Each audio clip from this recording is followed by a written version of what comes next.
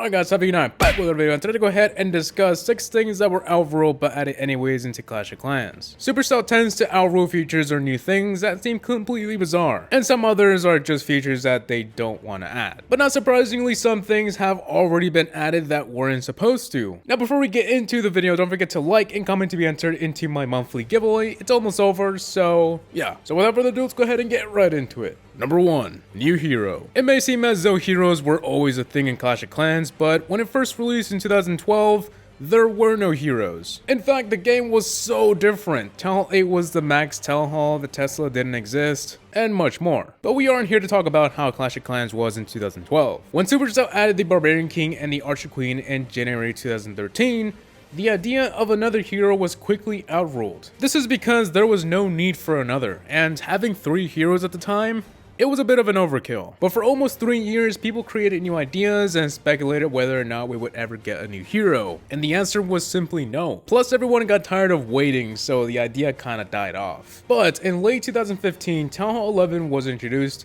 along with a new hero, the Grand Warden. This was a huge surprise because 1, we never thought we would see a new Town Hall level, and 2, a new hero was even less expected. The Grand Warden turned out to be okay, and nowadays it's pretty normal. But it's still crazy how at one point in time, a new hero was a big no. Number 2. Gem Mine. In Clash of Clans, we have the Elixir Collector, Gold Mine, and the Dark Elixir Drill, which wasn't added until 2013. So after that, everyone thought that a gem mine would be cool. Since 2012, players have been making fan art and photoshopping gem mines into Clash of Clans, but the dream never came true. A massive 5 years of wanting a gem mine to be added, but it was clear that there was no hope. It was outruled. Outruled features typically stay on the list, and even though it was cool, we were convinced it wasn't going to be added, but depending on when you're watching this video, the gem mine was only added like last week. This surprised me a bit, and I'm sure everyone else was too. And even though it only produces a little bit of gems a day, still, it's free gems, and as more updates come out, the gem mine could possibly be updated to produce more. In my opinion, I like the gem mine, and I think it was cool for Supercell to add something we've been waiting for 5 years. Number 3. Another base. The game has pretty much been the same for the past 5 years, in terms of structure of course. Some of the major and most biggest updates were Clan Wars,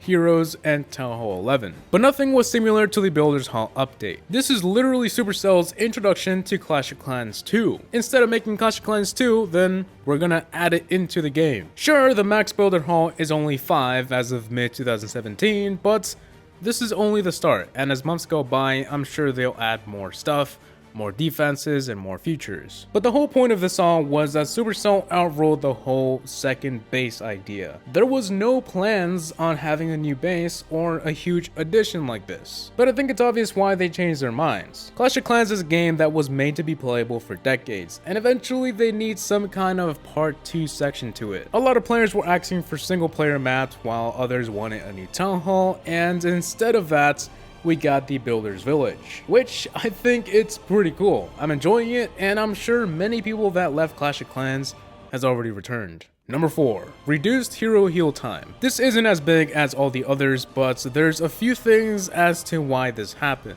It's not just the hero heal time, but a lot of things in Clash of Clans have been reduced. In 2016, Supercell updated the game so that players progress as fast as they ever could. Pretty much they cut a lot of time from upgrades and troop training to the point that it makes the game so fast-paced. But one main point was the hero heal time. It was a long wait before you could use your heroes again, and since reducing it was outruled, they added a feature so that you can speed it up for some gems. But after that, the time was still pretty intense. But like I mentioned a few seconds ago, everything was reduced in 2016. So was the hero heal time. The fact that it was outruled didn't seem to matter, and even though they still take a while, it's not as bad as they were before. Number 5. Night Mode. Well, the regular Clash base doesn't have any night mode, but the Builders Hall village is always dark. The idea of night mode or some type of nighttime was outruled. Much like the gem mine and new hero, ideas were being made since the game was released in 2012. We thought it would be cool, but sadly time flied and we never got it. Then people began making night mode ideas for Clash Royale instead. But with the new update, night mode was added in the Builders Village. It would have been nice to also add it to our regular base, but you never know if Supercell is working on that. Since it's already added into the game's code,